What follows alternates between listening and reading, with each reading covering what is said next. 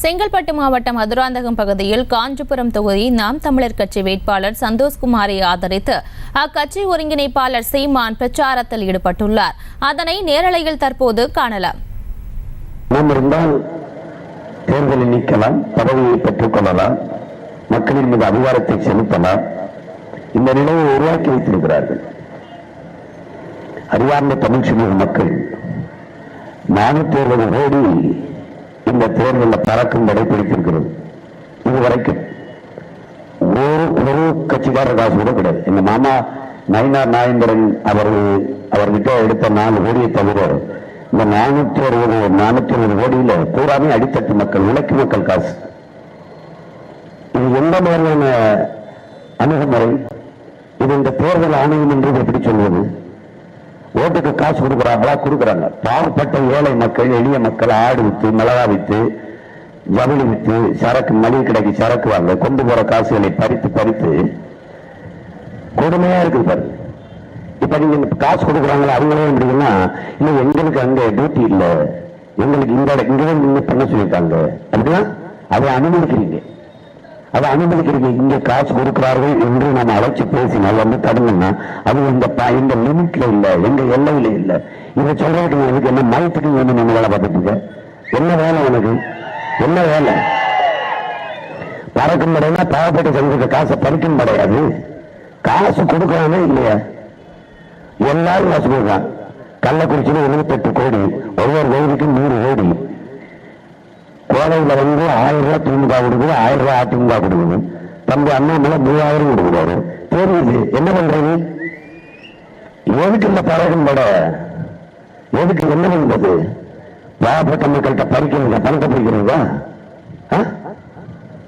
ஒரு கேவலம்.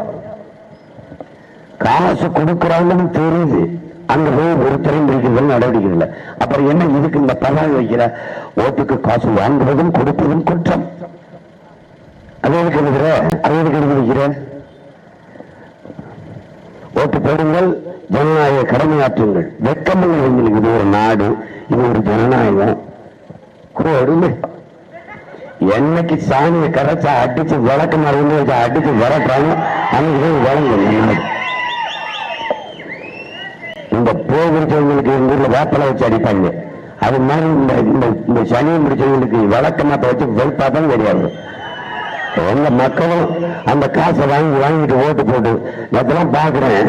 அந்த வேலூர் ஒருத்தர் அப்படி காசை கொடுத்துட்டு இருக்காரு. நல்லாதான் பேங்க் சைட்லாம் போட்டிருக்காரு. அதெல்லாம் படிச்ச ஒரு மாதிரி தான் தெரியுது. காசு வாங்கிட்டு கும்பிடுறாரு அவன் 1000 ரூபாய். இவங்க எந்த தைரியத்துல தேர்தல் நிற்கிறாங்க?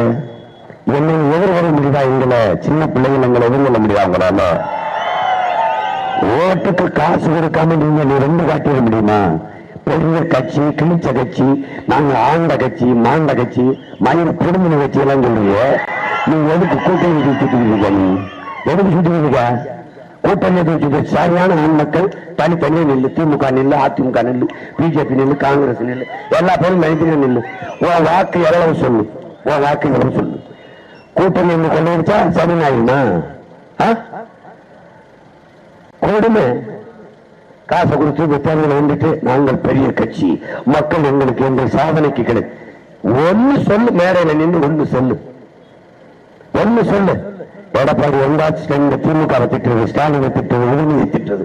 இது எடப்பாடி ஸ்டாலின், எடப்பாடி உதயநிதி, எடப்பாடியை திட்டுறது. வேற என்ன இருக்கு? தெருச்சண்டையோட கேவலமா இருக்கு இந்த தேர்தல். இந்த தலைவர்கள் பண்றது தெருச்சண்டையில குழாயடி சண்டை மாதிரி ஒரு கேவலம், அசிங்கம். அதனாலதான் படிச்சவங்க வராம ஓடி போயிட்டான். இந்த தெருச்சண்டையில போய் நம்ம சிக்கல் பண்ணிட்டு இந்த ஒரு அமைப்பு வச்சிருக்கான்.